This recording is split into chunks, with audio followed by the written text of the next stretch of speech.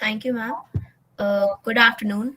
It is a privilege for me to introduce our speaker for today, who carries with him over 5 years of experience in the domains of gender and sexuality research and advocacy, with specific focus on LGBTQIA communities, mental health and sexual health advocacy, development communications, and strategic human resources management. Kanav has worked for NGOs, not for profits, and for profits engaged in international development, monitoring and evaluation, environmental and social consulting, student leadership development, anti human trafficking, and LGBTQIA advocacy. His work has appeared in the Diplomat magazine, Cosmopolitan India, Jurist, and Oranam, among others. His debut semi-autobiographical essay was published by Savidhi Publication House in 2020 in a literary fiction anthology called Life, A Cocktail of Emotions. He is also a regular guest speaker for international digital media platforms such as Report Out's Hidden Voices podcast, the Worldly Wellbeing podcast, and the Riot Roti podcast. Kanav is passionate about volunteering and currently sits on the leadership team of Harmless Hugs, a Delhi-based LGBTQIA+ support group, and Queer Academia, an initiative by Men Life Foundation. He is also a QPR certified gatekeeper for suicide awareness and prevention. We look forward to your lecture, sir. Over to you. Thank you so much, Sanvi, and thank you so much, Professor, for that warm welcome and that warm introduction. I just want to clarify if I'm audible to you and everybody else. Yes. Okay, great. So thank you so much for inviting me, and I'm really, really happy to talk to all of you today about today's topic. I'm going to start by sharing my screen and sharing my presentation, and we'll get started with this discussion. So let me just start presenting.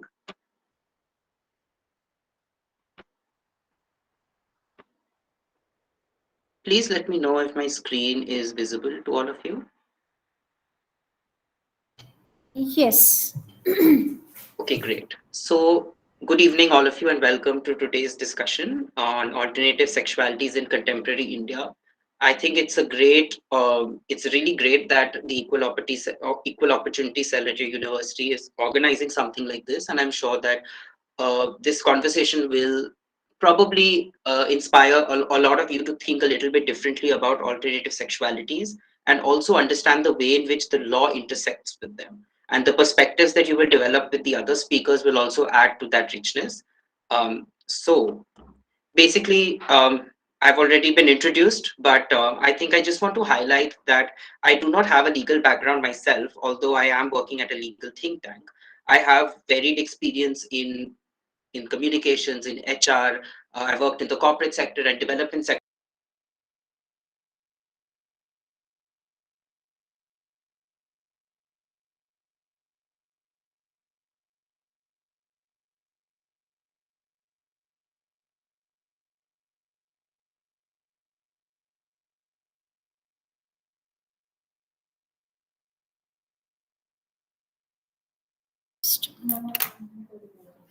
Kunav, we are unable to hear you.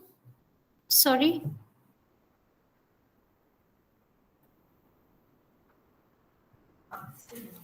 Could you please unmute yourself, Kanav?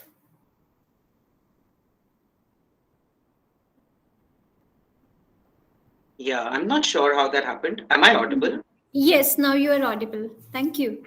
Okay, thank you.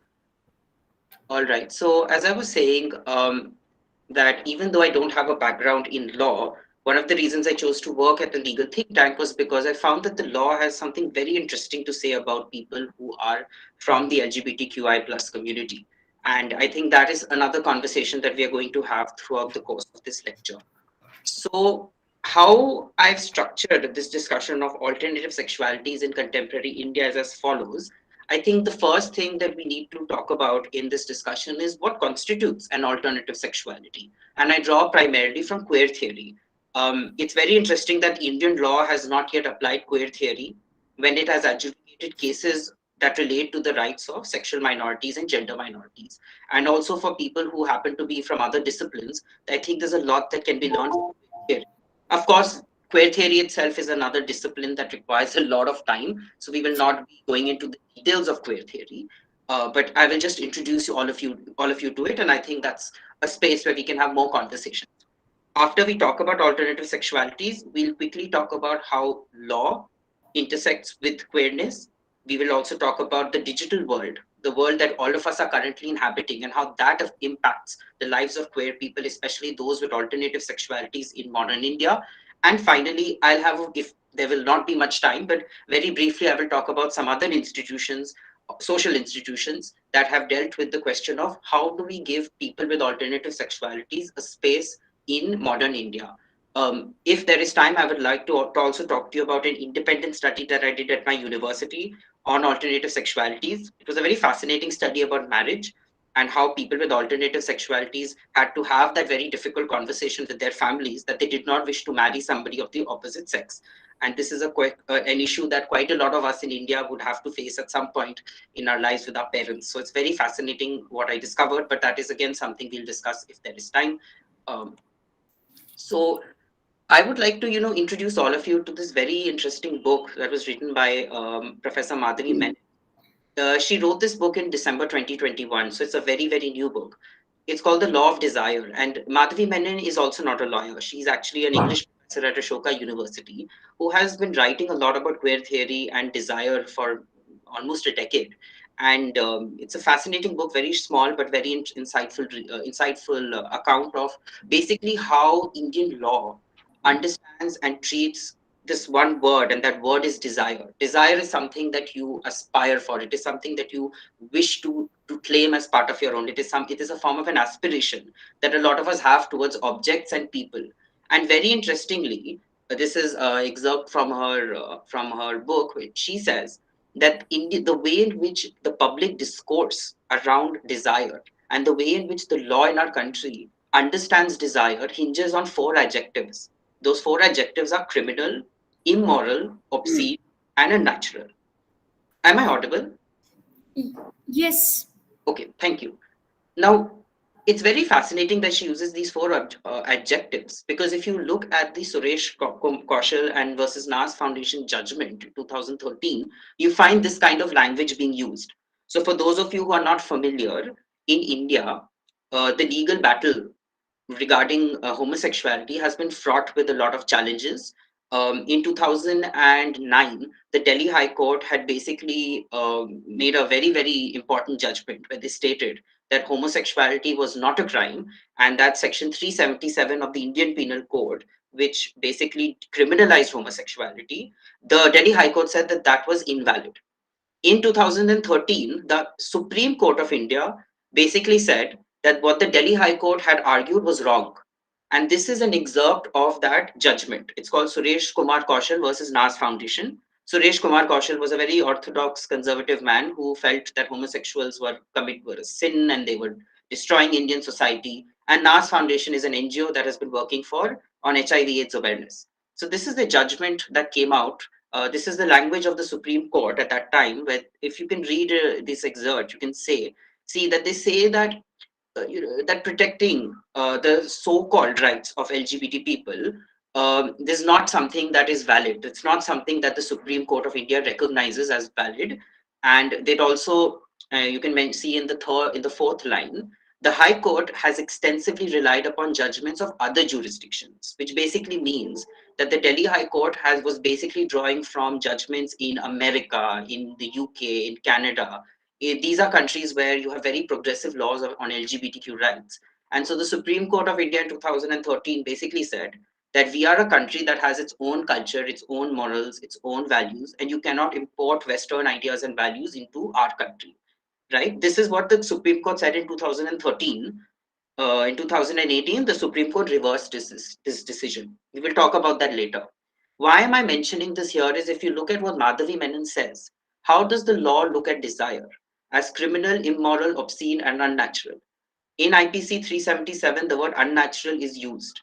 And the fact that the Supreme Court had recriminalized homosexuality shows that there was a point in time where the Supreme Court viewed the desire of homosexuals as criminal, as something that was immoral, not in tune with Indian society, the way in which Indian society functions. So, this is how the law understands alternative sexualities, specifically homosexuals.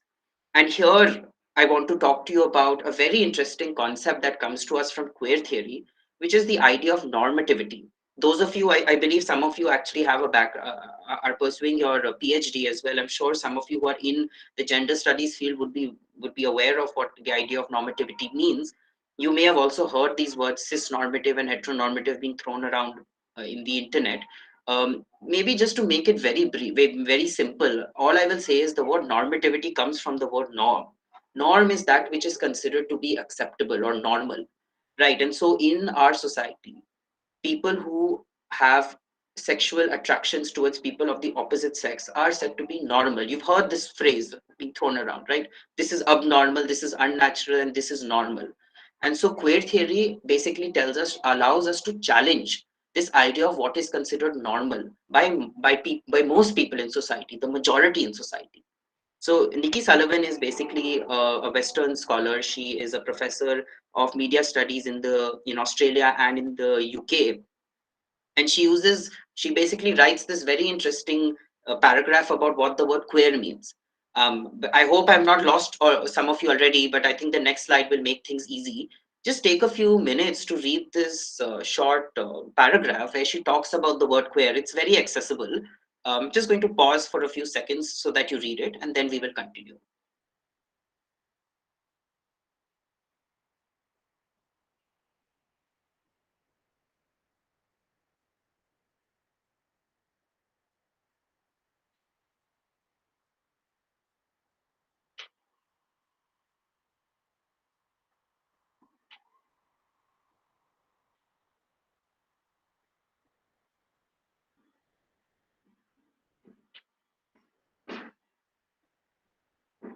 So as you can see, she doesn't really answer what do you mean by the word queer and what do you mean by queer theory.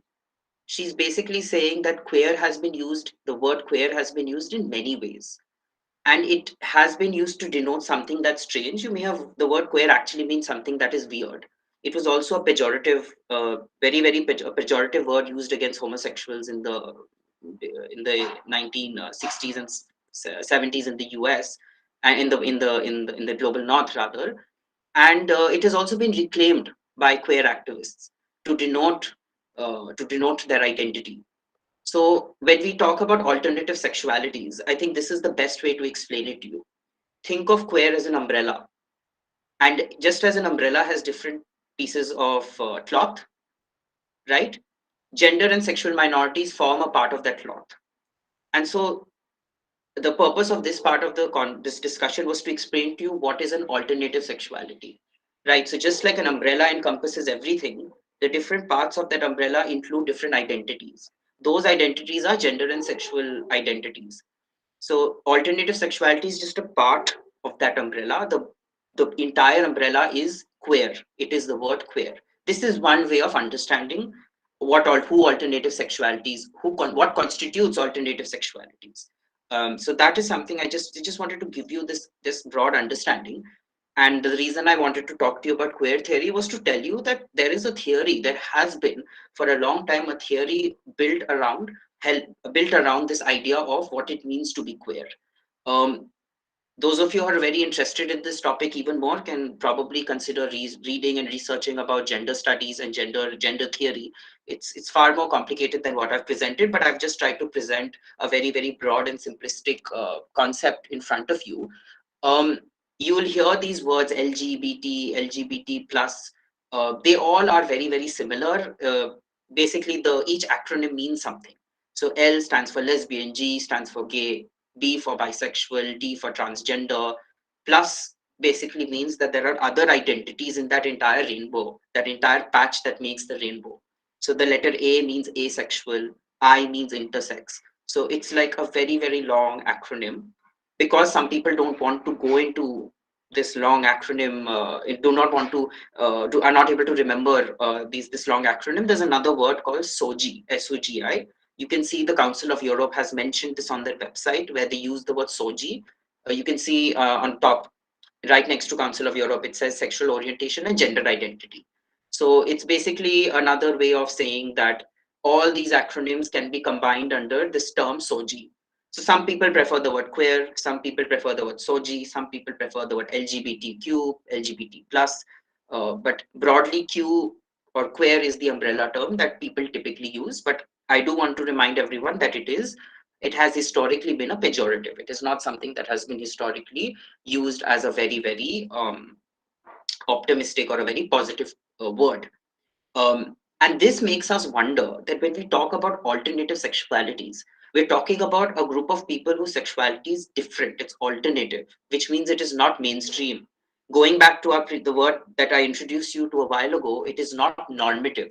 That which is normal, it is not normal. This is something that I want you to think about. That why is it that when we talk about sexual orientation and gender identity, that we always try to compare it with something that is not normal?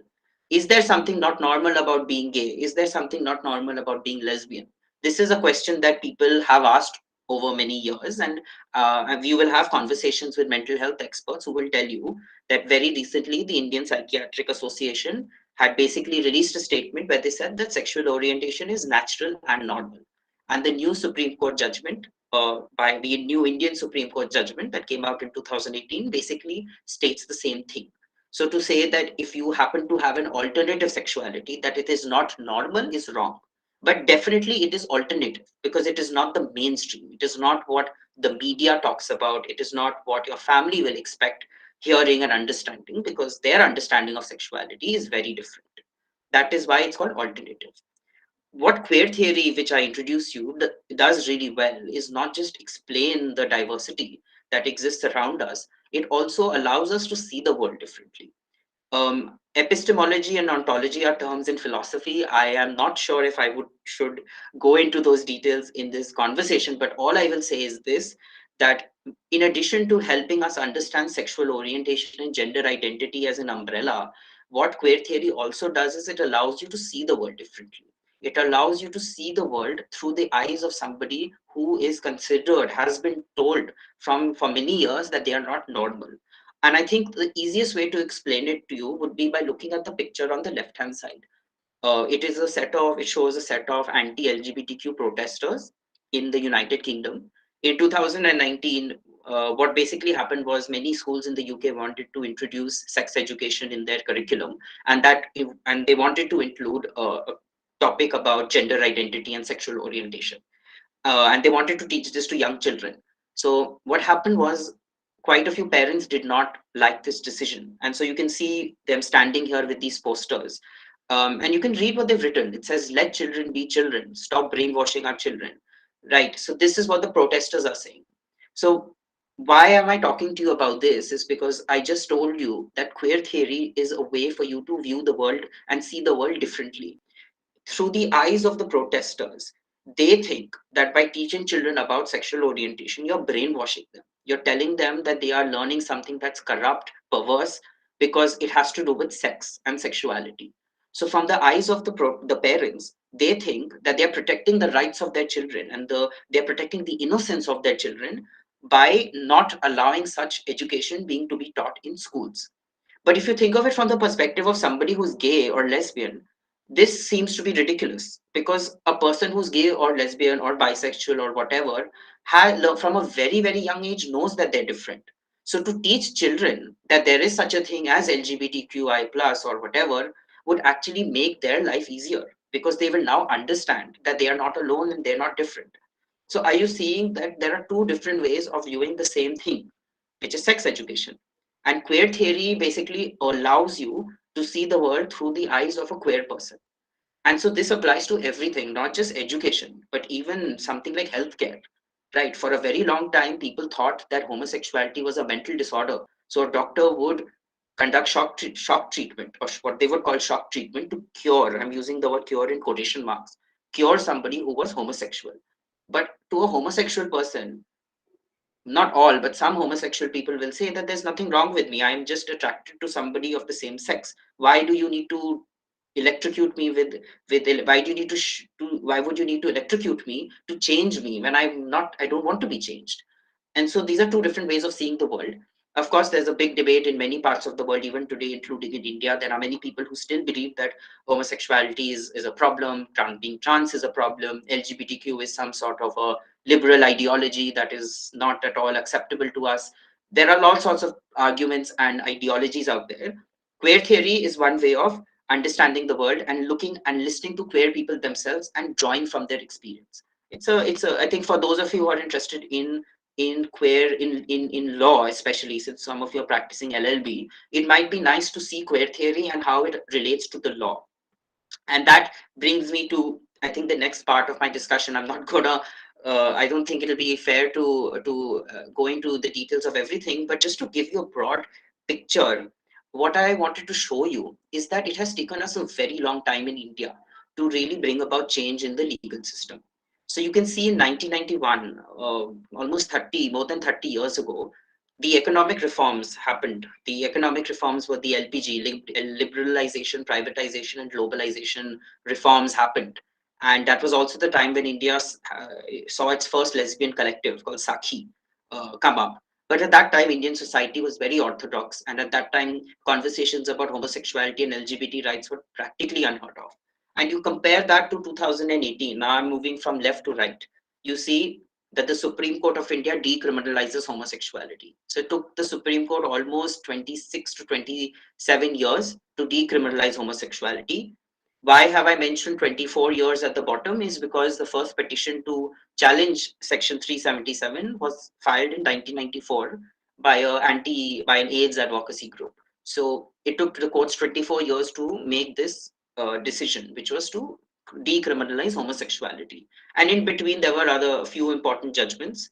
The Puttaswamy judgment in 2017 is also called the privacy judgment, which very famously stated that a person's sexual orientation is a part of is their private matter.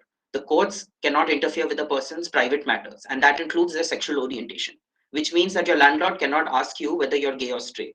Your police officer cannot ask you, why is it that you're roaming around with that woman or that man? Are you gay or straight? Or why is it that you're applying makeup? Are you a transgender or not? That is not a question that the police can ask you, because it is your privacy includes your sexual orientation. This judgment came 1 year prior to the Naftage judgment. The Nalsa judgment is very important. It is a judgment on transgender rights. It recognized the third gender. So if you look at it, the law has been progressively changing, but it has taken us a while. And you look at the recent developments as we stand now in 2022, we have already started talking about same-sex marriage. Those two women you see in the picture, they are petitioners who are trying to legalize same-sex. They want their own marriage to be legalized. They're a lesbian couple in New Delhi. And simultaneously to this, you will see that there's a discussion in our country for a uniform civil code, which will basically remove all our personal laws.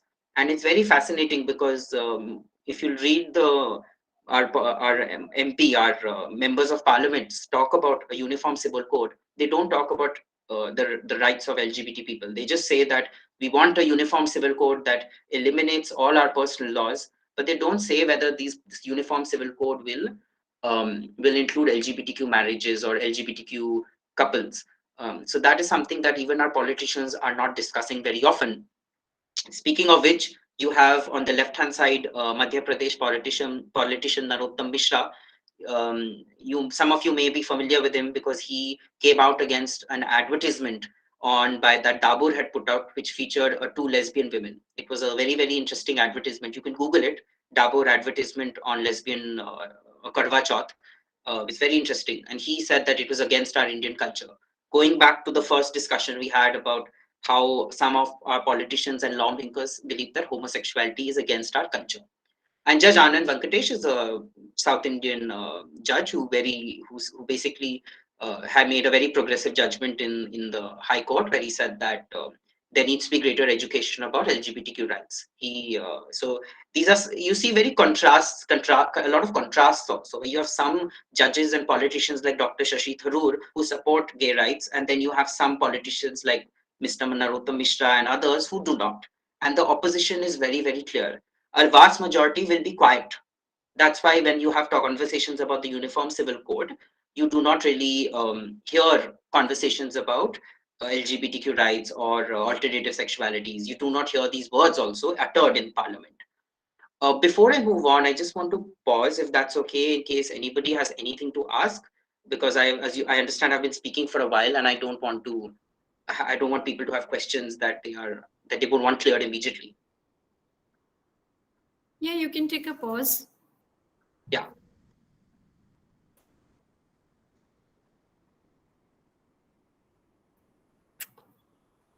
So I'm not able to see the chat box if people are posting questions there. Professor, should I answer them Yeah, now? sure. Yeah.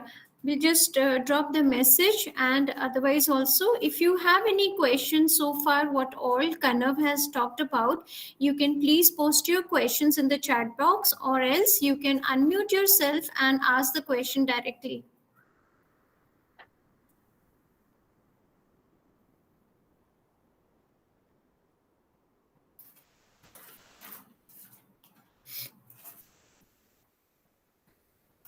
Okay, I'm presuming there are no questions. So Should I? far, Okay, so we then will take some time to, yeah, yeah, okay. So then I'll continue. please. Um, So, if you remember, right at the beginning of the lecture, I had said that there would be three dimensions that I would like to talk about in relation to alternative sexualities, right? The first was the law, which we just discussed. The second would be the digital realm, and the third would be other institutions. So we talked about the law. We talked about how the law has historically excluded LGBTQI people and how it has taken us a long time to expand or even understand LGBTQ rights. Why I want to talk about the digital realm is because, again, I noticed that very few conversations around LGBTQ issues fails to account for the fact that we are now living in a very different world. We are living in a world where we are seeing artificial intelligence become the future. We see that conversations on artificial intelligence have started. We are living in a world increasingly dictated by the rules and norms of big tech companies and social media. And what the COVID pandemic has taught us is that moving into online spaces is slowly becoming the norm. Although we are now going back to this what we call the new normal, which is some sort of a hybrid model of world of work where you work and study on campus for maybe a few weeks or days, but you also spend some time online. And this is very interesting exercise and a very interesting experience of how our world is now changing from almost exclusively physical world to a world where your online presence, the online space has now been dominating us for the past 2 years. Yeah, 2 years. So the digital realm is important because, once again, when we talk about alternative sexualities in contemporary India, we very rarely talk about how their presence in the online world has changed over the years, and also what impact the online space has on somebody who has an alternative sexuality. Most books, most articles that you read about alternative sexualities will talk about the law, will talk about how we've lived in a country where homosexuality was criminalized. We'll talk about pride parades, we'll talk about the doctors, we'll talk about the lawyers, the mental health professionals. But we surprisingly haven't really heard much conversation about what it means to be queer on the internet. And this is why I wanted to talk to all of you about the digital realm.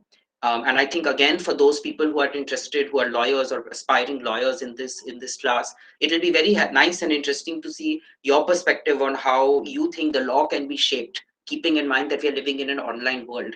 So Rohit Dasgupta is a academic. He's an Indian academic. He's actually Indian Bengali, but he is now a politician in the UK, and he's been writing a lot about queer theory. And his book is fascinating. It's quite a thick read, but what I wanted to talk to you about were just a few very interesting points that he raised. And I think these points make this issue of queerness more complicated rather than make it easy. And the reason I say that is because living in an online world is very complicated as it is. Many of you would know that since you're attending a certificate course online. And I don't know how many of you prefer online mode of education versus a physical mode of education. But you see a lot of similar questions being asked by queer theorists about being queer.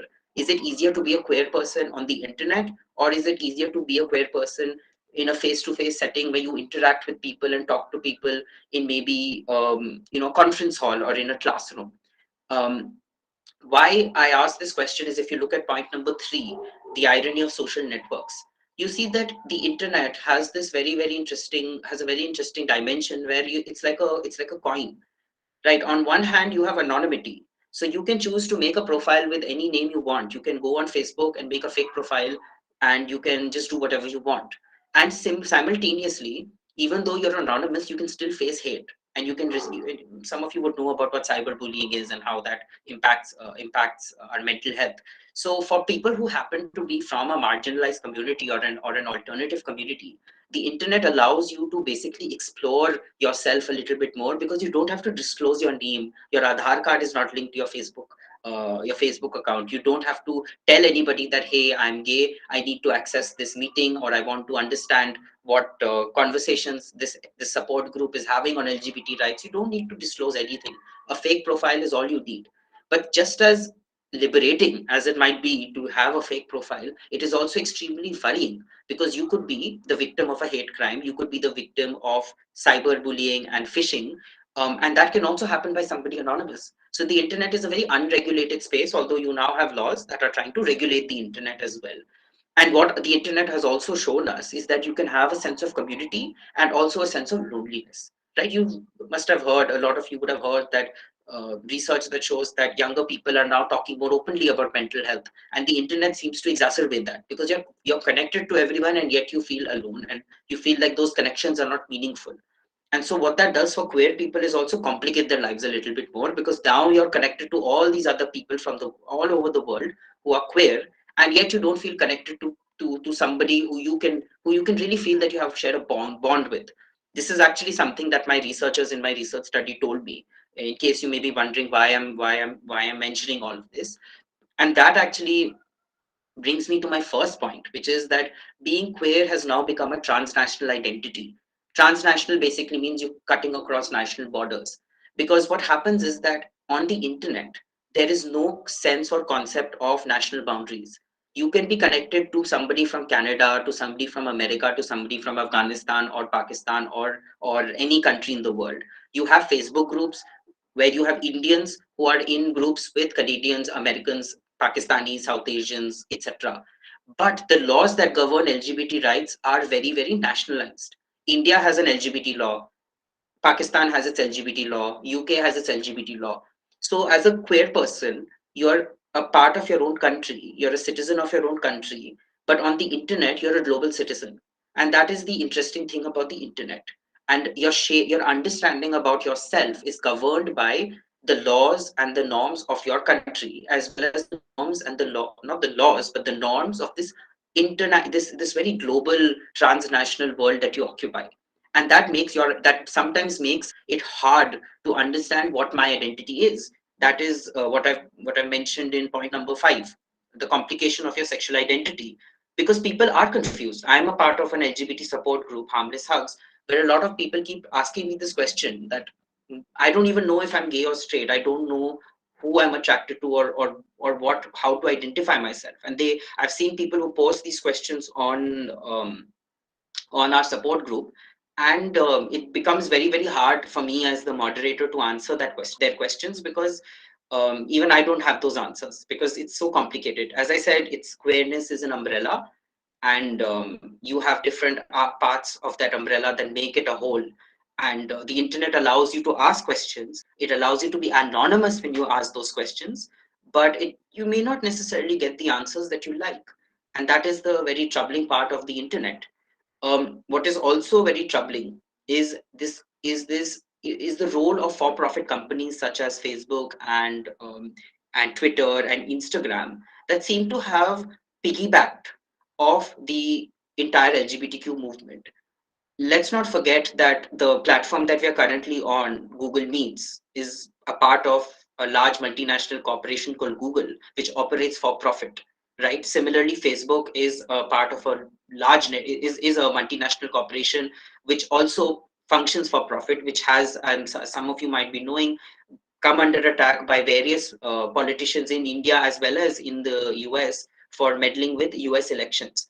And of course, there is a lot of hate speech and a lot of fake news that is also prevalent on these online platforms. So when we talk about the digital realm, it's not happening somewhere out there. It's happening in a platform. those platforms are for profit tech companies. And so the choice for tech companies to censor LGBT people or not censor LGBT people lies with them. It's a very powerful role to have. Imagine being Mark Zuckerberg or somebody of that level, and you see people making Facebook groups on LGBT rights or on lesbian rights or transgender rights. You have the power to block all those groups from existing, or you have the power to block people who are against such groups. So it's a lot of power in the hands of a few people who control these tech companies. What we have noticed is that most tech companies tend to be pro LGBT. You see that most of these companies like Facebook and Google will say things like they are very pro diversity and inclusion, and we support women's rights and LGBT rights. But there's been a lot of research that shows that a lot of what they say is very fake. There's a word called tokenism. Tokenism means that they are just saying this uh, to cash in on what's called woke culture. They just want to pretend to be progressive, but in reality, they're not. And why do I say this? Because if you look at the senior leadership of these tech companies, you'll see that there's very little representation of LGBTQ people in senior leadership. You'll see that for many years, these companies did not come in support of LGBTQ rights because it was so controversial. The people who have been fighting for LGBTQ rights were not these big tech companies and these big industrialists. It was always grassroots activists, people who risked their lives, their reputation to basically advocate for a more progressive law on homosexuality, on transgender rights, on lesbian rights. These companies have now come in much later when they see that the feminist movement and the LGBTQ movement, all of these movements are now coming together. These tech companies also see that, okay, we should not be on the wrong side of history, so let us side with these LGBT people, which is why some academics have said that this has led to the rise of something called homo capitalism. The word capitalism and homosexual, it's basically a form of capitalism in which homosexual and queer identities are put on the forefront. And this has been critiqued by quite a few academics because they feel that it's a very fake way of advocating for LGBT rights. So you may see, for example, on Pride Month, you'll see some companies say things like, oh, this is Pride Month, get 25% off on your next booking, or if you're flying by Indigo or whichever company, on this month, 1 month Pride Month, if you want, you can get some sort of discount or something. You'll see some companies come out with very fancy merchandise on Pride Month, and it has been criticized. As soon as the Pride Month ends, uh, all of this will stop. And Pride Month, in case some of you didn't know, is typically in July. And I personally have noticed that it's only in that 1 month when companies talk about it, and then once the month ends, they just forget about all of this and they move on to something else. So for many companies, it's just a marketing gimmick.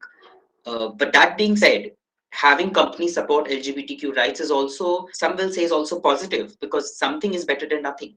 And so that is the other side of the other side of the argument. And that's why I said the internet is like a coin, right? Just as you have anonymity, you have hate, you have community, you have loneliness, you have maybe tokenism, but then you have recognition also, right? When Mark Zuckerberg puts a picture on Facebook with rainbow colored filters, he is basically making a very powerful statement. He may be somebody who is guilty of committing a lot of crimes and being the CEO of a very corrupt organization, but he's also a very powerful person, and people listen to him. And so, what side of the argument you are on is something I leave to you. But I think again, when you're drafting, if you as lawyers or some of you, I think, have a background in mental health, if some of you wish to explore more, like, understand this interface of sexuality and the internet, it would be good to think about how capitalism has basically become a part and parcel of our lives, and how the internet, in conjunction with capitalism, intersects with queer identities. It's something to think about. You also see the rise of dating apps. And again, with dating apps like Grindr, Tinder, Hinge, you have Facebook groups. Even I'm sure you can, even on LinkedIn, I believe people actually message each other for dates. These dating apps have two sides to it, right? On the one hand, you have a lot of body shaming and a lot of unnecessary emphasis on physical beauty and physical appearance. But on the other hand, it opens you to a whole new set of people to meet. And for a lot of LGBT people, the internet, through these dating apps, allows them to meet new people. And so that is again a very, very interesting perspective. So the digital realm, as you can see, is this space that is filled with contradictions. It is filled with complications, but it is also a place of opportunity. Right. You also have support groups, which would have been very hard to create in the real world, so-called real world. Right. Because think about it, if you want to create a group to advocate for LGBT rights, it's very easy to create a Facebook group. You can do it right now if you want to. And you don't have any legal there are no legal barriers to doing it, except of course that you could be censored. But that is a risk that you might want to take. But to create an actual NGO in the physical world requires you to register that NGO. And in countries where it's still a crime to be gay, for example, in Pakistan, it is still a crime to be homosexual. You cannot create a registered NGO to protect LGBT rights. But you can create a Facebook group, unless of course the government censors you. So there is some sense of freedom and yet a sense of fear and censorship that comes in with the internet. And that is an important aspect of what it means to have an alternative sexuality in India. Those of you who do not possess an alternative sexuality might be confused that how could the internet be so complicated? It's already very complicated for men and women. Imagine how complicated it is for men and women who are supposedly different. So that is a little bit about the digital realm. Um, I don't really want to go very much in detail about other institutions because I understand in the course of this certificate program, you have other people who will be talking to you about other institutions. But what I basically mean by other institutions is that we live in a world where our lives are governed by by many actors, by many organizations, by many people, and those actors typically come together and coalesce and form what in many in the social sciences it's known as an institution, a social institution. So the family is a social institution, healthcare, the education sector, religion, all of these institutions govern our lives. And so in contemporary India you will see that the popularity or the significance of people with alternative sexualities has actually been picking up over the past couple of years. I've shown you a photo of Kolkata Pride because I don't know how many of you are familiar with Pride parades. Pride parades happen once a year and is an opportunity for queer people to meet and to basically walk in solidarity with each other. And you can see the rainbow colored um, cloth that they're carrying. That is the pride flag, which is rainbow colored. You can even see a very nice picture of a man with a umbrella, which is rainbow colored. So the pride parade happens once a year, and it is that one time in the year where you can actually be yourself. You can see one man is wearing a mask. He doesn't want to be seen because, as you can see, this is a lecture in which we are broadcasting these photos. So he clearly doesn't want the world to know who he is. But the person next to him is he wants the world, he's okay with the world knowing who he is. So pride is one aspect where you see people have the opportunity to be themselves. So this is one one institution, the social institution, which is a social movement where people from the queer community are able to actually be themselves and be out and proud and kind of showcase who they are. You have NGOs, as I told you about, in the physical space who organize events and advocacy sessions and awareness camps. So the Humsafar Trust is one such organization. It was established in '94, I understand, by Ashok Rao Kavi. And over the past couple of years, there have been many more such NGOs in India. Many of you who are interested in LGBT rights can actually consider doing an internship or might want to work with them. Or for those of you who understand are PhD students or master students, you could even consider connecting with them for research work because these organizations are very, very interested, more often than not, interested in LGBTQ advocacy and research. So students like yourself would be a very good audience for them. We also see the media, especially Bollywood, catching up. This was a Ek Ladki Ko Dekha To Aisa Laga is a Bollywood movie. It talks about I don't want to give spoilers, but it basically has an LGBTQ angle. It has a same-sex relationship in this movie. It was released in 2019, and I understand that Sonam Kapoor and her father Anil Kapoor acted together after many years. So it was a very, very seminal movie in that sense.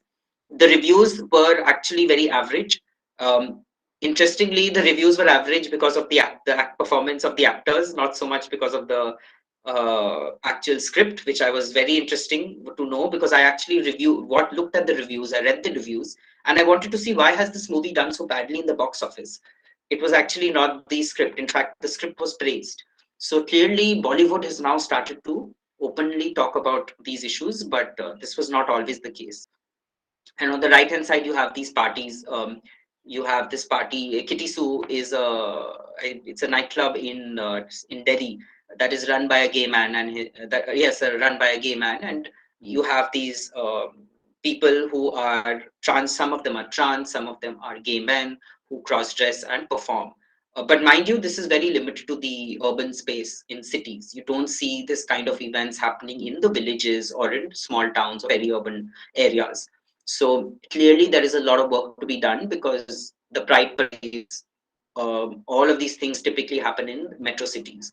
Bollywood is a very interesting example of how you can reach out to the masses, but even there, a lot of work needs to be done. And at this point, I have, as you can see, I've put some question marks here for maybe some of you to think about. We'll feel free to engage with me in the Q&A, because there is a lot of work to be done, because our education system, do we talk about LGBTQ rights? At least we are talking about it today in this certificate course. But how many people in our country attend such certificate courses? How many people in this country are even interested in these issues? If you talk about healthcare also, as I told you before, for a very long time, the community has been stigmatized. People said that you were mentally ill if you were transgender or if you were gay. And not only that, people who have HIV/AIDS are a disproportionate number of them are actually what we call in medical terms MSM, men who have sex with men. And so the healthcare system has ignored them also. So there's an HIV aspect as well. I don't know if I need to go much into religion. I think most of you will know that in most religious texts, there is some sort of not texts rather, but there are lots of people who hold very strongly held religious views against this entire discussion of sexual orientation and gender identity. So you typically see that religious opposition is always a problem. Um, I talk about the informal economy also, because the informal economy is one sector of our political economy that we typically don't talk about in relation to sexual rights and gender rights. We typically assume that LGBT activism should be restricted to the corporates, to these big fancy MNCs. But the question that we should all ask is that doesn't everybody in the country deserve to have LGBTQ rights recognized? It could be the case that people in the informal economy, most of them happen to be from marginalized sections, should also have the same recognition if they happen to be queer.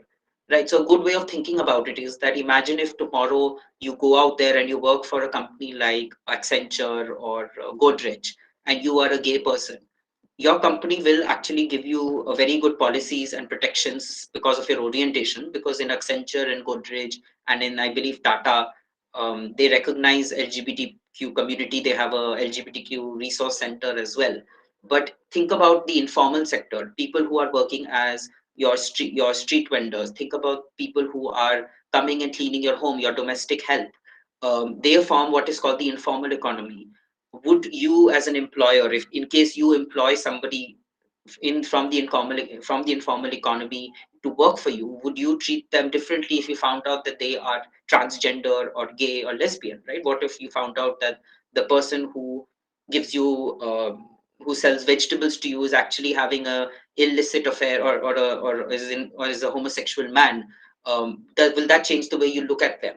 Because we tend to think of homosexuality and transgender rights and all of these things as very elite, as very elite identities. But of course, you have certain people from the LGBT community, like the Hijra community, Kothi community, that challenge that, who say that I can be low, I can belong to a marginalized section, I can belong to a section that you may not expect me to belong from, and still assert my identity. So the informal economy is the economy where most people in India work, and we need to talk about how LGBTQ issues are not talked about enough in this section of the economy. The family is very evident. My research delves into that, so I will talk about that later. I've already spoken about the government, because the government and the law are very intertwined. The police, I will just say this, that for a long time, Section 377 was used by police officers to harass people who were gay. So even today, there's a very lack of police sensitization, and that is a problem. And of course, mainstream media it's very important for these issues to be recognized in the media, the mainstream media. So Bollywood, for example, is one great way of mainstreaming and alternative sexuality. And notice how I've juxtaposed the two words, mainstream media and alternative sexuality. But we need more of that. So your NDTV, for example, I know has regular discussions on same-sex marriage. I think Times Now also has had people on the show. Republic, I remember, had Ashok Rao Kavi, the founder of Humsafar Trust, on 3-4 years back. So there is some discussion, but then again, it's limited to a few media segments. You need to see more conversations, and even people who are openly queer, so many of them are too afraid to come out. So there is a lot of work to be done. And I think when we talk about other institutions, Professor R. Rao, who I'm not sure if they will be speaking to you during the course of the certificate program, but I think many of you would have heard about him. In fact, Professor and I were talking about his book, Criminal Love, just yesterday on the phone. He's written about this, and very poignantly, he talks about how these other institutions that I refer to have suppressed queer people. Um, he specifically talks about three institutions: religion, law, and medicine. I've highlighted it here. So I'm just going to go again, pause for a few minutes. I think it'll be great for all of you to just read this. We'll then continue the discussion after you've done reading this.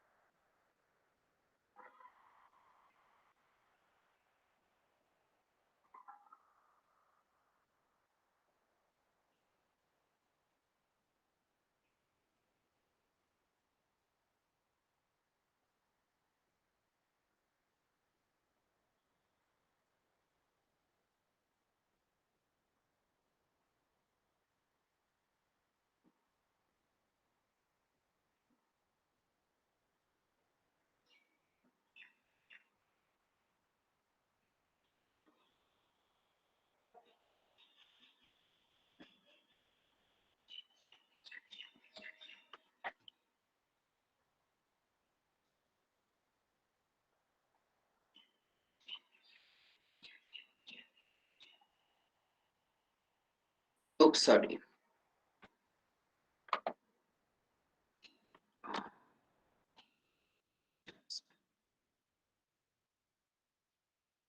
Oh, my apologies.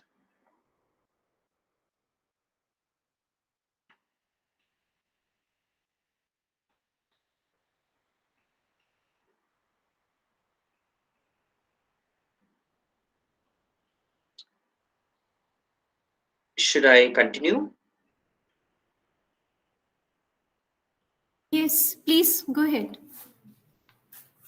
So, I mean, there are many social institutions that have in the past negatively criminalized or basically shown discredit towards the queer community. We briefly spoke about them. And what's very fascinating is that there seems to be it seems to have been that there was a consensus between religious institutions and religious leaders, legal practitioners, and doctors and psychiatrists that homosexuality was wrong, being transgender was wrong, and this was the norm for a very long period of time, not just in India but in many parts of the world. I believe it was in the 1940s that there was a study done. It was called the Kinsey studies, which was a landmark study. It was done in the US, which basically consisted of a set of surveys. And this individual, I believe his name was Mr. Saunders, Professor Saunders. He basically, what he did was he interviewed people who identified as lesbian and people who identified as gay, and also people who were not sure of their sexuality. And he came up with this very radical idea that sexual orientation was not something that was it was not a binary. So at that time in the 1940s, it was considered that sexual orientation was a binary. either you're homosexual or you're heterosexual. He actually said that there is a 6 point scale, and that sexual orientation is a spectrum. And so, depending on how much or how less of attraction you have towards people who are of the same sex or of a different sex, you fall on that spectrum. And his research found that most people in his sample, which was a very large sample, was somewhere in the middle. So, in other words, according to him, almost there are what he basically was trying to say that a lot of people in his study would identify as what you would call today as bisexual. And what he also said was that because a large number of people in his sample size fell in the middle, that would mean that to call such people as sexual minority is wrong, because they are actually the majority. So he asked people questions like, have you ever had a sexual encounter with a woman? He asked women this question. He asked men the same question. Have you ever had sexual encounters with a man? If you have, how many times have you had it? And he found that a lot of people in their lifetime have had some sort of sexual encounter with somebody of the same sex. And so and of course, based on how often and how frequent they had sex with somebody or had intercourse or attraction with somebody of the same sex, he plotted their orientation on that chart, and he created that 6 point scale. So that was a very landmark study. Now, it was done in the 1940s, and it was criticized also because of the methodology, and also because of the fact that it was done in a certain context. If you were to do a similar study in India, you might find different results because people here may not be comfortable talking about their sexual orientation. So it's very hard to say if the survey results were even valid. But what he basically was trying to tell us is that sexual orientation is very complex. It's something that may lie on a spectrum. It is something that you cannot really identify as straight, gay, woman, man, lesbian, bisexual, whatever. It is very complex, and that goes back to that entire discussion of the rainbow, or rather the umbrella, which you can think of as a rainbow. And it was very interesting that we saw that picture of a person holding a rainbow colored umbrella. So I think that is if there's anything that you remember from this lecture, is just remember that umbrella that looks like a rainbow, which is also the colors that this book holds. That is really a good way of understanding alternative sexualities. And all of this in spite of religion saying that sexuality, the ultimate aim of sexuality is procreation. For some religions, marriage is between a man and a woman, and the ultimate goal is to raise a child. So if you're a homosexual person or a transgender person, you're incapable of producing a child. You're incapable of loving or even marrying somebody who is of the opposite sex. And so it becomes a problem for religion when somebody says they're homosexual. And so automatically the knee-jerk reaction is that this is a sin or this is against our culture.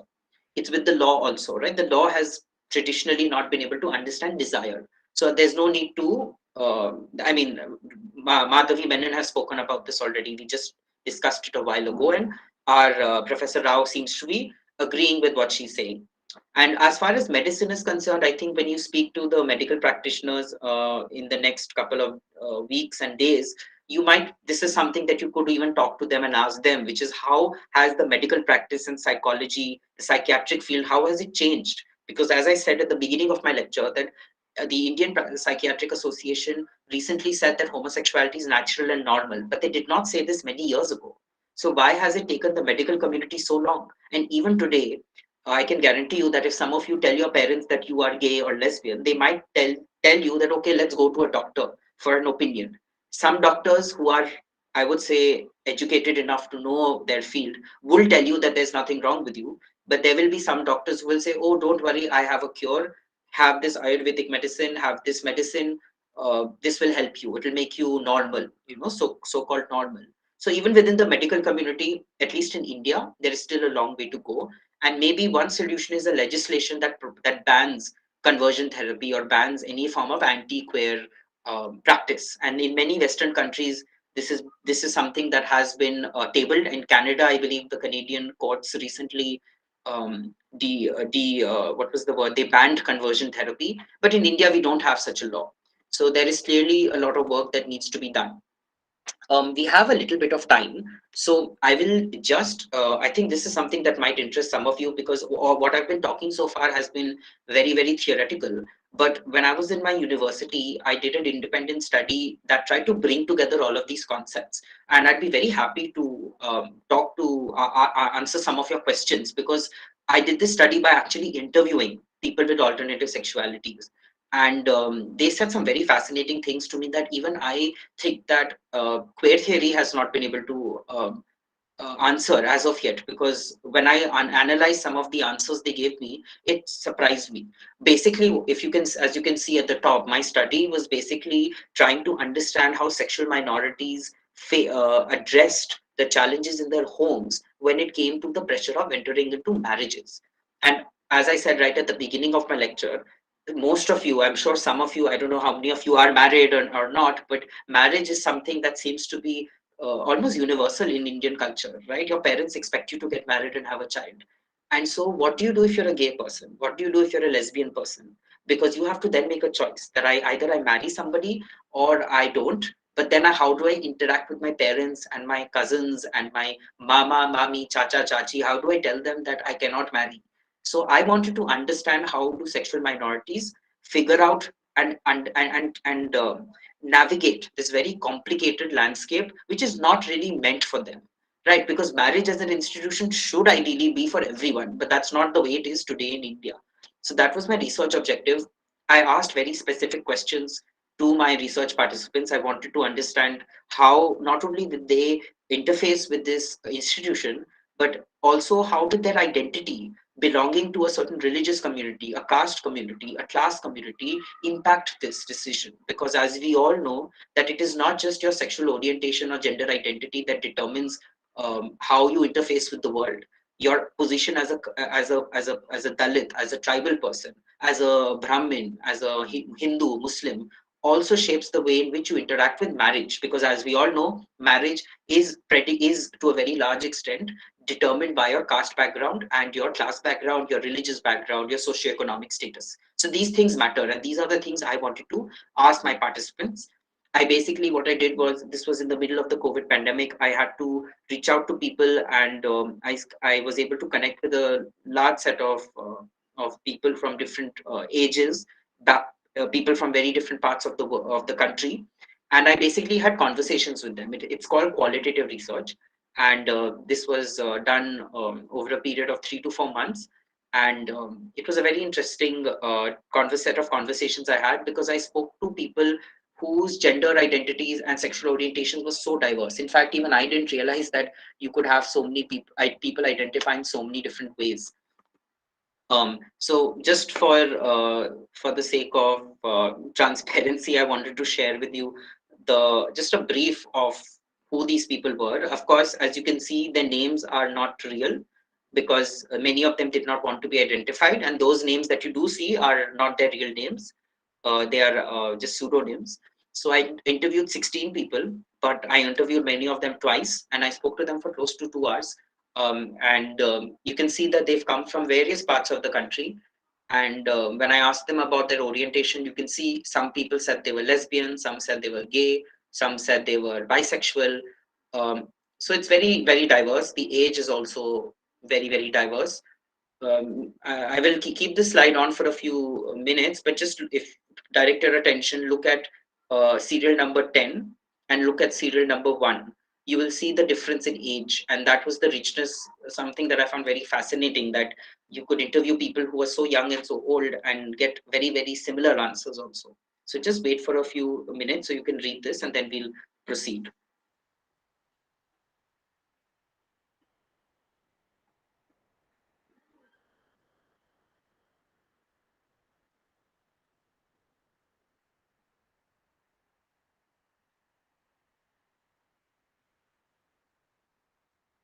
So they were all Indian participants.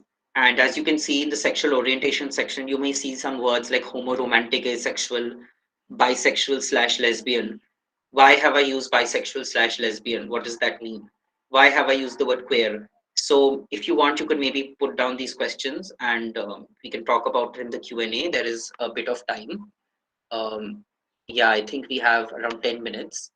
So yeah, just in a snapshot, 26 interviews, and 16 of which were unique, as in there were 16 people I spoke to. I've basically just kind of encapsulated everything. The median age was 30, and these are the states that I covered, including there were 2 people who were abroad at the time of the study. So very, very diverse group of people, but the sample size was small. Again, that was also because the I had very less time to do the research, given that it was in my college, but it was still very interesting. Um, I will not go into too many details because of time, but what I found in my research, from these interviews, was that it is very hard to categorize people in boxes and to say that all queer people face the same problems.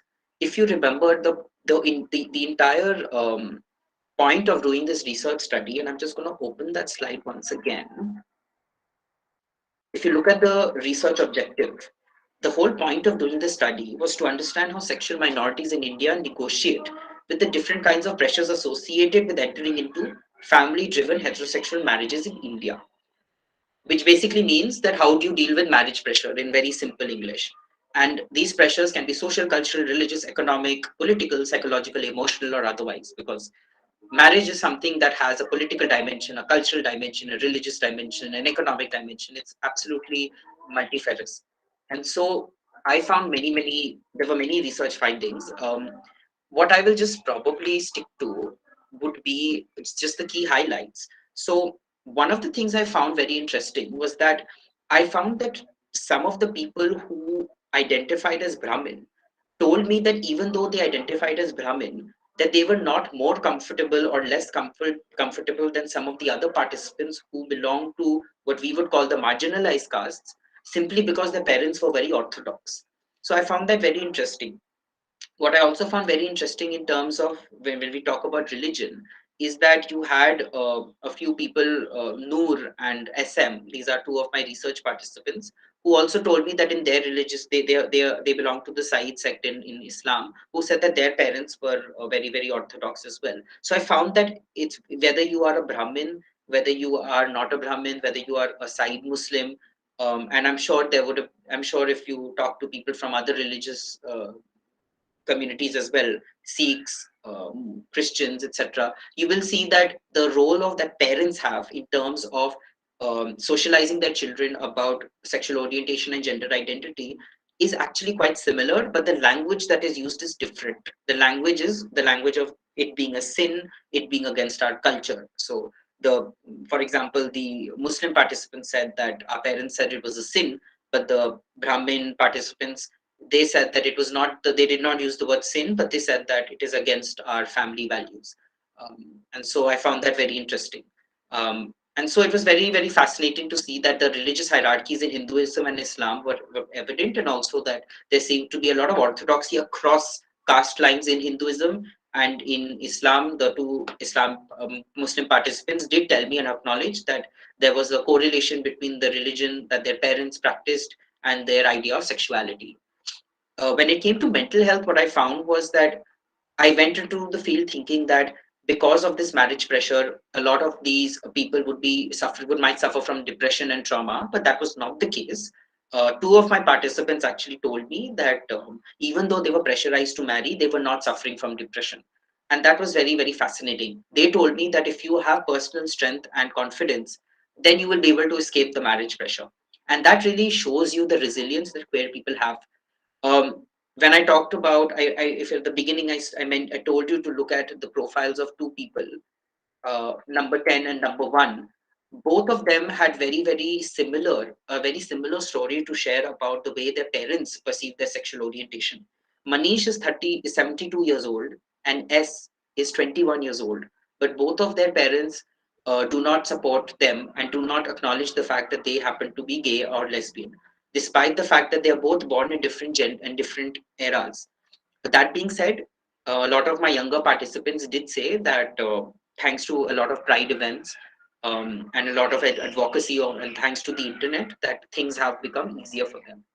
And of course, when we talk about gender, I'll just very briefly say that I did not find that women, I used to think that men had it easier than women, but apparently the women in my sample, in my research said that they feel that gay men and lesbian women are just as oppressed, because when it comes to marriage pressure, women, of course, are expected to behave a certain way, but they said that men also have a lot of pressure on them.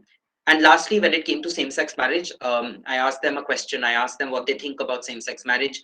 All of them supported same-sex marriage, but they also said that they were very concerned that whether it would be tenable, given that some of my gay participants said that they feel that gay men are not monogamous, and they also felt that unless society changes its thinking, it will not matter because people will still discriminate against you. So that was a very, very, I would say, very realistic and very interesting perspective on an issue that a lot of us are talking about today.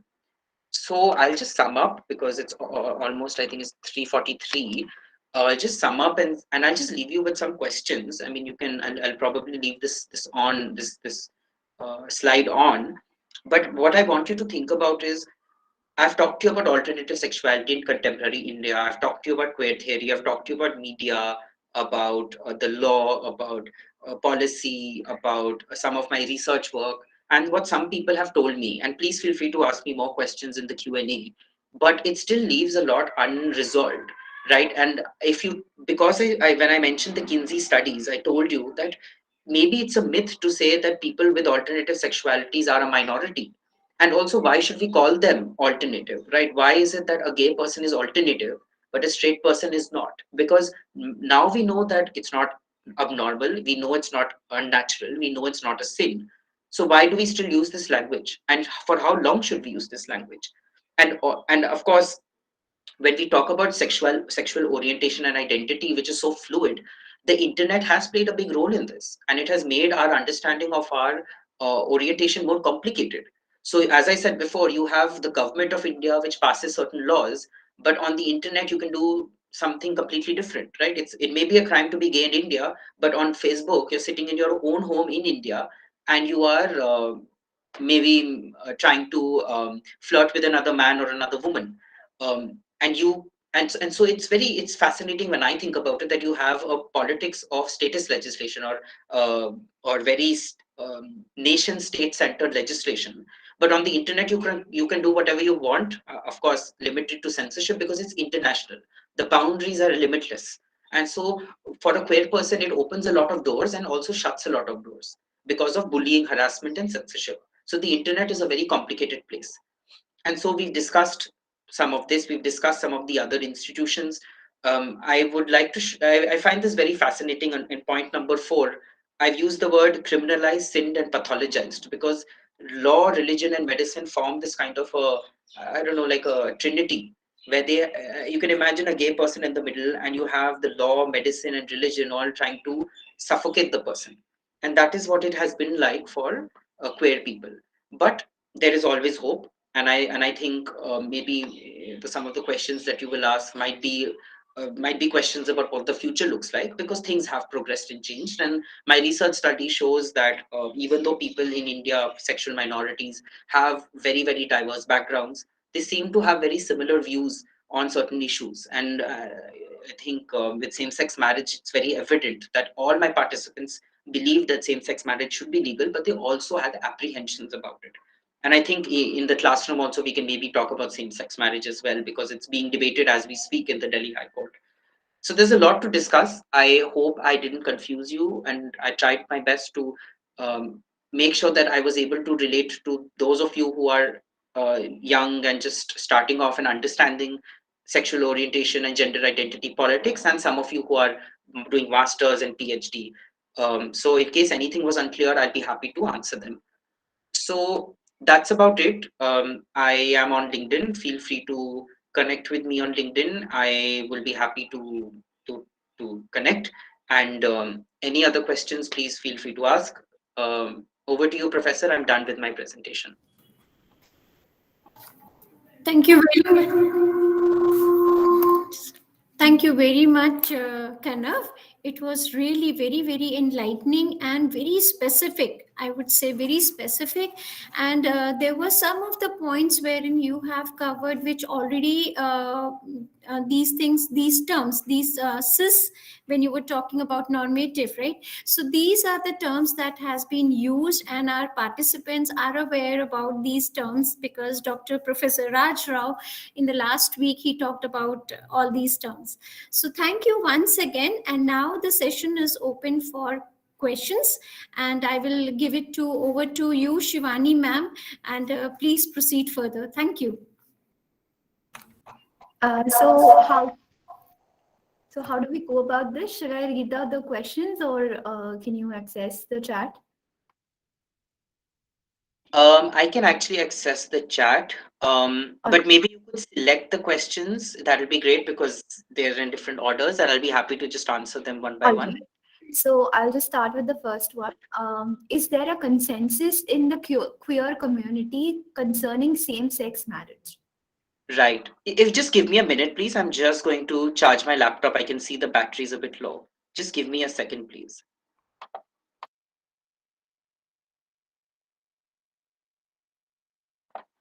Right, thank you. So the answer is that there is no consensus at the moment. Very briefly, the book that I recommended, Madhavi Menon's book, if you go to the last chapter of that book, she talks about same-sex marriage. So some within the queer community, there are one group of people that believes that legalizing same-sex marriage is the low-hanging fruit. It is the next best thing that the queer community can do because we've decriminalized homosexuality, and so, if it's not a crime to be gay, why is it that only straight people can marry? Why can't gay people also marry? So, that is one argument that a lot of people are saying. Plus, in our country, you have the Special Marriage Act. So, even if people who have religious opposition to same-sex marriage are there, which they are, there is a legal argument to be made that you have a Special Marriage Act which can probably be amended to include gender neutral terms. So that is actually a possibility in our country. In many countries like in America and in Canada and in the US, sorry, America, UK, Canada, where there is one common marriage law, there was and still is fierce opposition towards the legalization of same-sex marriage. That's not the case in India. That being said, the counter argument is that why is marriage the focus of the queer community? The queer community is supposed to stand for that which is not normative. Why is it that they want to copy what heterosexual people are doing? There is a term which I'm going to put in the chat box called homonormativity, which Professor Rao talks about in his book, which basically means why are the homosexuals trying to copy the heterosexuals? Why do they want to live almost an identical life to heterosexuals? And that is something to think about. Queer is supposed to mean that which destabilizes normativity. So there are different perspectives. I'll just leave it at that because we have other questions. I think people are raising their hands also. So yeah. Yes. So actually, this is a question from me.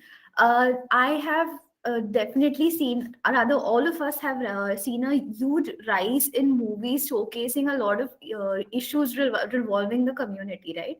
But there are two points to that aspect also. There's a point which says that the Bollywood is using this to capitalize on it, while some say that it acts as a tool of awareness. So I'm talking especially with reference to recent movies like Badhai Do and Chandigarh Kare Ashki. So I wanted to know your views about that. Like, what do you think about this? Yeah, I actually saw Chandigarh Kare Ashiki a few weeks ago, and I've heard about Badai, who it talks about lavender marriages. It's similar, I would say my views are similar to the views I raised about homo capitalism and pink washing. That, you know, Bollywood, there was a time when there was a Bollywood movie called, I don't know if it was Bollywood, it was a movie called Fire. It was directed by Deepa Mehta. I'll just put it in the chat box so people can maybe Google it later. It was a movie about same-sex love. It was released, I believe, in the 1990s. It was met with severe criticism and protests, vandalism, and thereafter Bollywood kind of became silent. Now that 377 is gone, now that the Nalsa judgment has come in, you're seeing all these movies created, and now I think Bollywood actors want to they stand, it's as though they're standing in a line to play these queer actors, uh, and so I am a bit suspicious because the question I have is where were you in 2001? There were a few movies like My Brother Nikhil and Dostana that were released, but again Dostana received a lot of criticism. Some people said it stereotyped the gay community. It was not very sensitive, I would say. My Brother Nikhil was definitely a bit more bold, but the question is, why now? After the judgment is made, when it's now now it's the next big thing. Why now? So I don't know. I think it's a complicated issue. I am suspicious, but at the same time, you're very right that it leads to greater awareness. Money, it reaches out to the masses. So there is a positive side to it also. So for me, it's not a good or bad. There's a gray area to it. Actually, Rajiv has pointed out a very pertinent issue when it comes to Bollywood, that the actors that play these characters are generally cishet. And this is a trend that we see mostly in India or in Bollywood. The Hollywood has been a little more accepting when it comes to, I think, I don't know if you've seen the series called Orange is the New Black. There was a transgender actor and a character who played the same role. So I haven't seen that in Bollywood as of yet, other than the one characters which are used in a funny way for comic effect. That I personally don't agree to. But yes, Rajiv has a very pertinent point that generally these characters are played by cishet actors. Yeah. And it's not just with queer communities. How many Dalit actors play Dalit roles? How many movies about Dalit lives are clearly, very explicitly mentioned in a very sensitive way? The same with tribal communities, Adivasi communities. I mean, it just goes on and on. I think, to my knowledge, there is also criticism of how religious minorities are also portrayed. There is a lot going on. I think it's important to just have good representation. People who are producers, the directors, the screenwriters, they should belong to the community that the movie espouses to talk about. I think that is important. So it's about different identities also. Right. I will just read out the next question. Is the Indian film industry really serious about same sex marriages? We don't find serious representation of same sex marriages.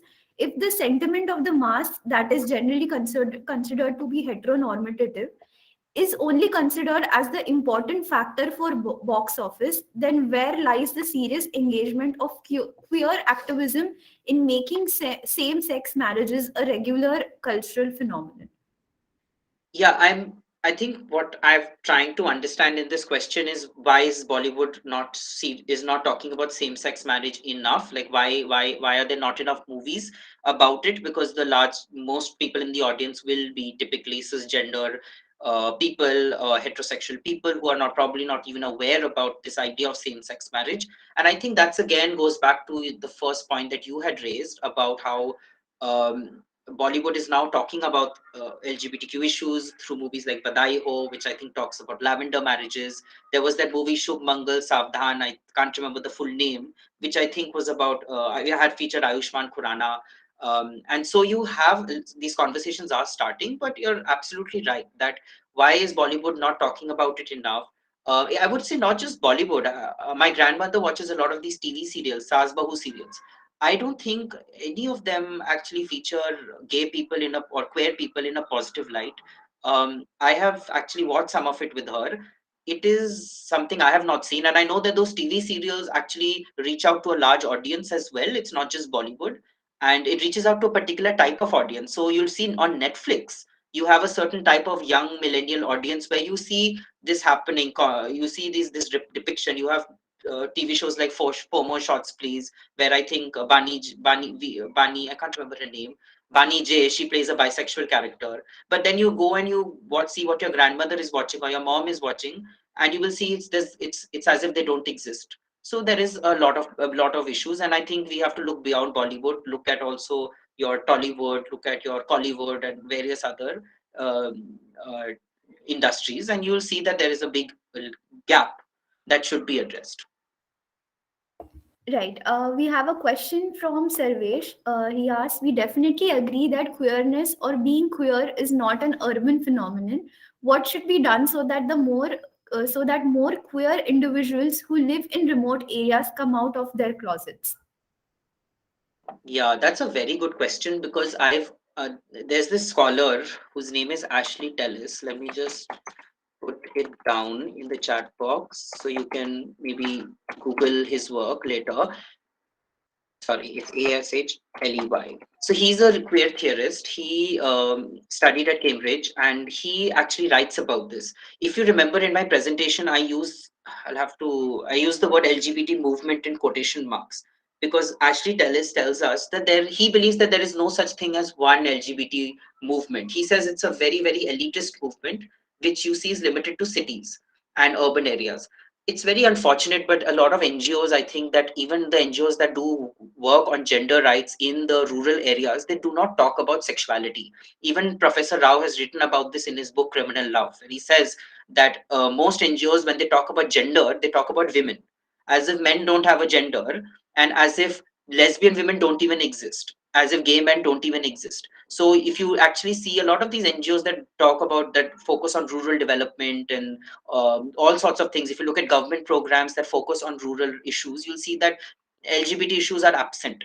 And so I think the only solution is that grassroots activism is needed. So people like you, people like me who are interested in these issues should try to reach out to people in rural communities and help set up clinics or do some sort of sensitization program and reach out to people in rural areas, because they exist there. And I cannot imagine how tough it must be and suffocating it must be to live in an environment where you cannot even express yourself.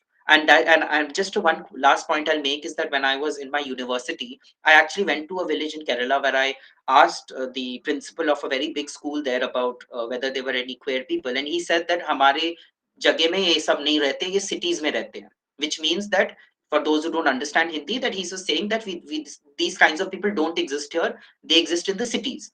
When I went back and I spoke to the coordinator of my of this internship program I was a part of, she told me that this is unfortunately a trend that a lot of people in rural areas, they migrate to cities precisely because they don't want to stay in that very homophobic environment.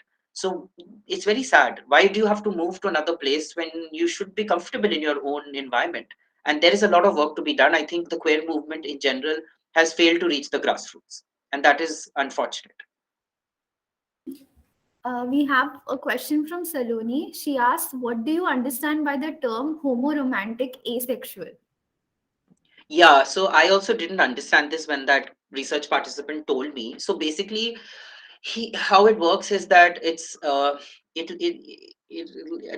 be a bit it's a little complex. So basically, how it works is that the word sexual orientation that we use, there are some people who will say that it's wrong to use that word, because if you think about it, the word sexual orientation has the word sex to it. But why is it that that word has to be attached to somebody who you're romantically attracted to? So there are some people who do not have sexual interests in somebody of the same sex, but might have romantic interests in them. So it's a very interesting, this is a person, he's a homoromantic asexual. He tells me that he is not attracted, he does not want to have sex, hence he's asexual.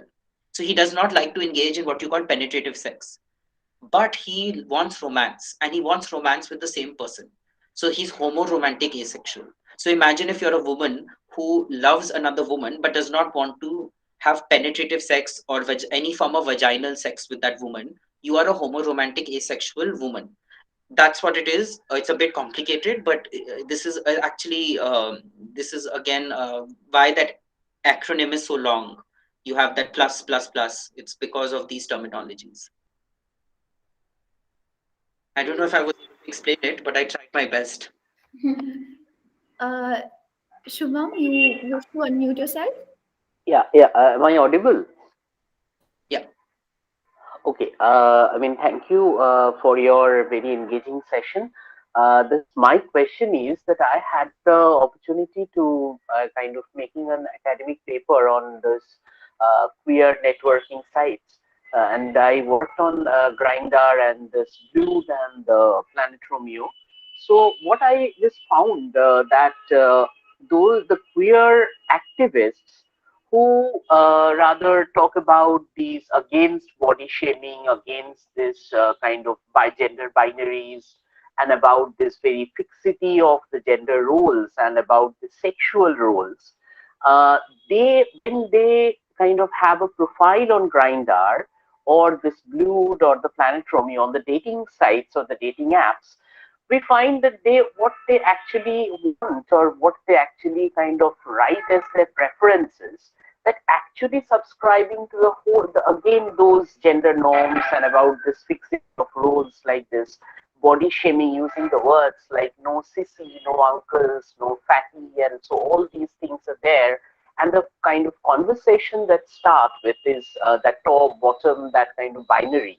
So, I mean, why is this kind of contradiction? I mean, that appears to be a very interesting phenomenon that you claim to be activist on the open social networking sites and what you actually kind of offer as your preferences on the gay queer dating apps.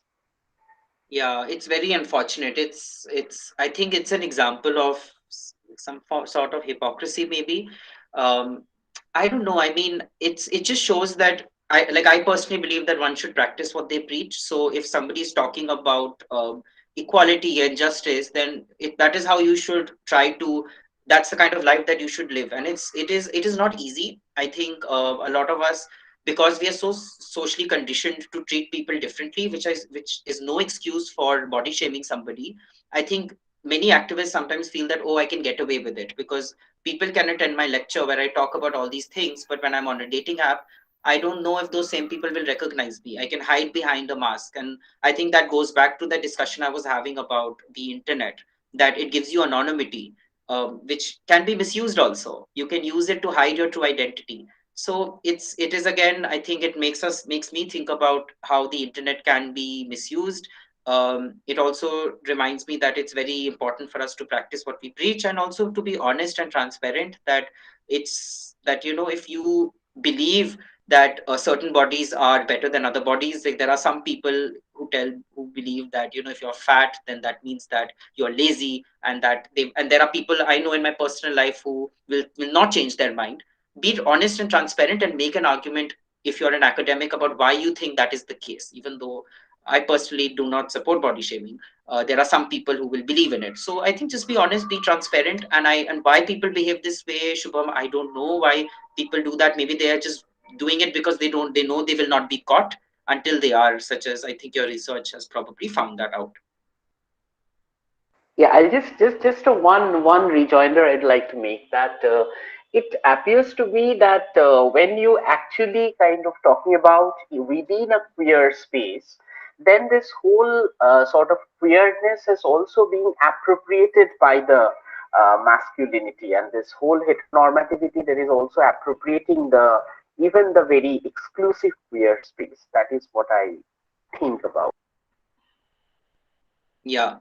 Rohit Dasgupta has written about this also, and he talks very, very eloquently about how there's a certain type of body that is considered appealing. You'll see feminine queer men, for example, on gay dating apps are made fun of and body shamed. Even Professor Rao has written about this. So there's a book which I will just put down here. It's called Queer Sex Love. Professor Rao writes about this book in his he writes about this book in his own book. About It's a very interesting account of a man who engages in penetrative anal sex and yet identifies as a masculine man who wants to raise a family, and actually gives birth to children and raises a child with another woman. And it's very interesting because he challenges our notions of masculinity and heteronormativity. And this is a book that I now want to read because of what Professor Rao has written in his own book. So I think, to your point about appropriation, unfortunately, a lot of these spaces are appropriated, but then you have very interesting accounts that challenge that. And that's also something to think about. You're welcome, Shubham. Yeah, I thank had a question. Um, so, am I audible? Yeah. Okay. So, you spoke about the same sex marriage as the next logical step for the queer community. And we are speaking, so generally, people tend to speak more about the gender neutral notions and having gender neutral laws for marriage. Always of the opinion that incorporating gender is quite essential because gender neutral laws, we had it earlier, and then we brought special laws for different genders. But do you think that gender neutrality, because it might be my requirement of having a contrary view so that I can work more on my views. Do you think that gender neutrality can only be a solution, or is there a certain essentialism that we generally see when we speak about all these laws? Yeah, I think this essentialism versus, so actually Professor Rao also, I'm sorry for keep continuously citing him. He talks about this difference between an essentialist view and a constructivist view. So, I personally feel that it is again, it is a very, very complex, because there is a certain essentialist aspect also to, for example, rape and sexual violence that women experience. Um, uh, it is probably essential to, in a country like India, to have a separate washroom for men and a separate washroom for women, given that I don't know how many women would be comfortable with just having a gender neutral washroom in India. I've had this discussion with some of my female classmates in my university, who basically said that while they support the idea of moving into a gender neutral kind of world, is that appropriate right away, given that there's so much of gender violence in India? So maybe having some sort of sex segregation might work. It's a very controversial issue. But then there are others who will say that why should we segregate and create laws based on only gender? Because if you look at rape, man can rape another man, a woman. There is actually some research on lesbian on domestic violence within lesbian couples in the context of course, United Kingdom, the US, and Australia. And this is something that apparently the lesbian community in these Western countries do not also talk about, which is the high rate of domestic violence within their own intimate relationships. So rape can be woman on woman also. And so maybe it is important to have some sort of gender neutral laws. Personally, if you ask me, it is an issue that I am also still grappling with, because I do understand certain essentialist aspects of gender. That being said, when it comes to things like marriage, I think that marriage is probably one institution where not having where maybe expanding the scope of marriage to consenting adults might be perhaps the right step, because when you open it to consenting adults, you also open it to trans people, gender non-binary people. Maybe when it comes to things like bathroom access, or maybe hostels, you do have some unisex hostels, you have some female only hostels. There may be certain contexts where a woman's only hostel might be a good idea, or a boys only hostel might be a good idea.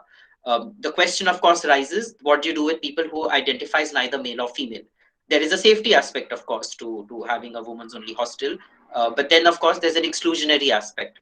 That's why this concept of gender is so complicated. And even today, I'm learning so much about gender and sexuality that I still sometimes struggle with certain issues. And that's also why these are open debates. We will keep having them, and I think we need to just keep talking about it and try to figure out a solution, because it's not, unfortunately, not something that I will be able to answer, or even other people will be able to answer on a Zoom call. But it's good to that we're talking about it.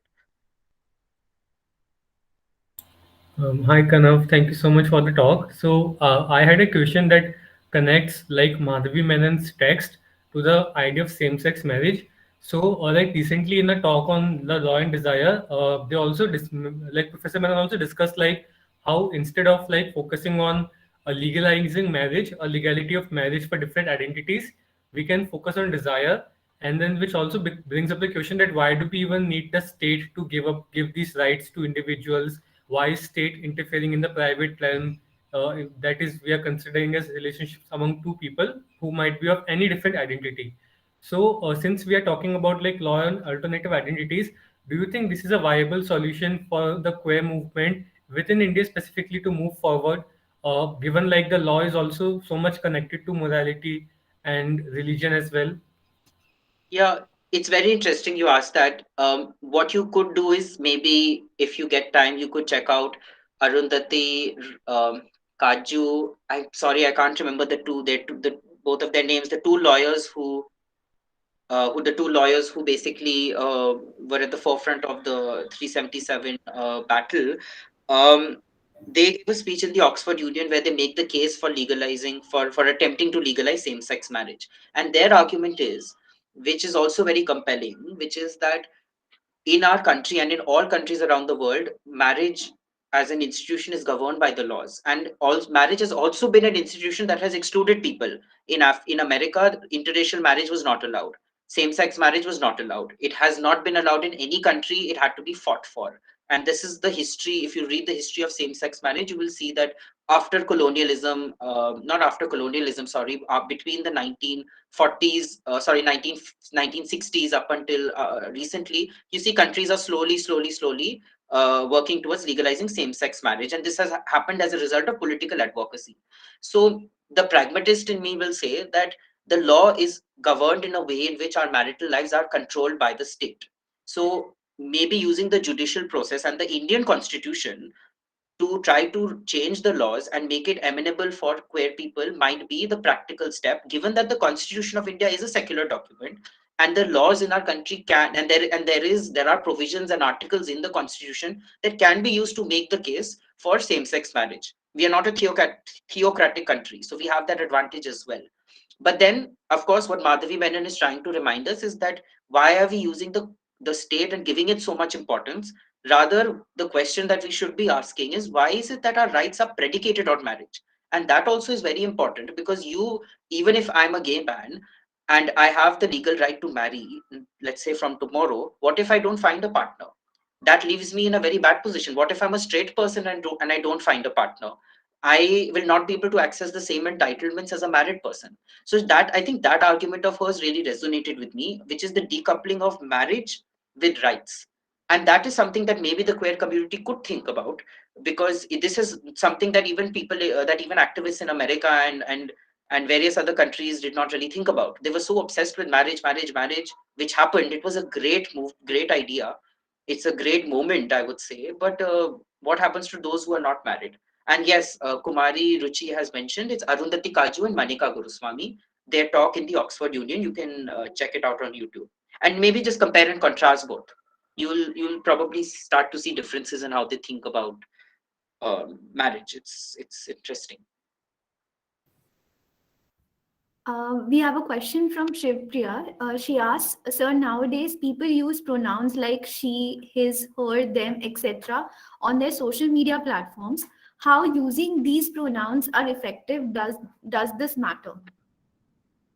I think the use of pronouns on social media was started to basically teach people that you cannot assume a person's gender just by looking at their face. I could look like this, but I may identify as a woman, or I could look like, I mean, Shubham, but I could identify as a woman, or Sukanya and identify as a man, or maybe I look like this and identify as a man. So that's the whole reason why people put pronouns, and also to stand in solidarity with people who are uh, whose gender identity does not match their gender assigned at birth. So that is why it's used. Is it effective? I think it shows that you support the idea that it is possible for a person to have a separate gender identity and a separate gender assigned at birth. The fact that you recognize that means that you have put your pronouns, and you respect not only not only the fact that you identify a certain way, but also the fact that other people identify in different ways. It's I think a very nice thing. Of course, there's a lot of criticism. I've seen some people make fun of those who put pronouns. They say that you're just trying to be liberal and woke, and just trying to act all cool. So I think the question is, what is your intent? And especially, I would say, for people who are heterosexual or non-queer, I would say it's a nice thing. I've seen this in my organization. People add the pronouns at the bottom in the email signature also. So as a queer person myself, I know that if I want to talk to them about some queer issue, they will understand it. So it's a nice subtle way of also saying that you're an ally without actually saying it upfront. That is the other thing. But just to end, if a person doesn't add their pronouns, doesn't mean that they're not an ally. Many people don't know about it. So it's also important, I think, within your own school, if you're a part of some group in your school, or if you are some of your working professionals, to try to bring about that change. So you can try to maybe talk to your HR to encourage people to put their pronouns. Thank you, Kana. I'll take the last question from Tishya. She asks, "Why is it that lawmakers, especially while making important decisions, say that homosexuality is not a part of our culture when history shows us that it clearly is? Is it the lack of education or knowledge? Is it the lack of willingness to educate oneself about it first before making landmark judgments?"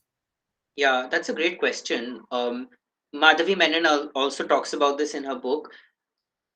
There's another scholar, I'll just put her name down, Ruth Vanita and Salim Kidwai. Salim Kidwai recently passed away. Ruth Vanita and Salim Kidwai have written about same-sex marriage and desire in India, in they write about the history of it, even before colonialism. There's an argument to be made that the reason why a lot of lawmakers feel this way is because of the impact of colonialism, that the British brought with them a Victorian mentality. Let's not forget that IPC Section 377 was inserted and into our Indian Penal Code by the British. There's nothing Indian about it. It's a colonial history. So to people who say that it is a part that IPC 377 is a part of our Indian culture, they are saying that Victorian morality that was put in the 1800s is a part of Indian culture. That's ridiculous. It's not like an Indian lawmaker included it. That is a really ridiculous statement. The reason lawmakers are saying it is because right now in the West, there is a strong advocacy for LGBT rights and same-sex marriage and all of that. So probably politicians see that in the West and they feel that Indians are trying to copy those in the West. And so they feel that no, in our country we are conservative. We believe in a strong family unit of man and a woman. What's happening in Western countries is different. They believe in sexual debauchery. That's the language they use. We don't want to copy them. So there's this sense of East versus West, them versus us, which is created. I think it's like you can call it like a sort of a fake culture war that some politicians like to bring up. But there's nothing Indian about it. And as I think Shubham has right nicely put, the Same Sex Love in India is a book that they've written. You can check it out. There's a history of same sex desire in our country. Madhavi Menon has written about it. There's a colonial aspect to why politicians even today say this, and one could argue that you're speaking the colonizers' language when you say that this homosexuality is against our culture, even though you claim to be nationalist or a big upholder of Indian culture. There's an argument that you're actually speaking the colonizers' voice. So that I think could be one explanation. All right. We're done with the questions, Kanav. I would now take this opportunity to firstly thank you for accepting our invitation. I would like to put it on record that when I try to teach any subject, I first look at what Vidhi has been doing on that subject. So it is actually a go-to for me when it comes to Vidhi. Secondly, thank you for navigating through the realms of legal and digital realm while talking about alternative sexualities. It was an absolute academic treat, to be honest. My key takeaway during this entire session was when you said that queer theory is a way of viewing the world. So thank you so much for inviting our accepting our invitation, answering all the questions so patiently, and we look forward to many more such associations and lectures from your end. Thank you so much, Kanav. Thank you so much, and thank you so much to all of you present. And I am also equally happy to have had this chance to speak to all of you. And I'm not sure again how much of what I said registered, because this is a very, very complicated issue, and the topic itself is it's really tough to talk about all of this in 1 hour. But I think that I hope that it has allowed some of you to think a little bit differently, perhaps about different sexualities. And I think it's a conversation that we need to keep having. I noticed that same-sex marriage keep coming up in the questions, which is also a very contemporary issue. So it's good to know that we are still having conversations about it, and hopefully some of these the questions that were raised, especially towards the end of the lecture, about why is it that sexual minorities are considered to be a minority in light of studies like the Kinsey study. What do we do with marriage as an institution? Should we try to fit in, or should we try to do something differently? And is the online space really the best space for queer people? These are open questions. So I think we'll just leave it at that. Thank you so much, Kanav. Yeah, you're welcome. Thank you, participants. We can disperse now.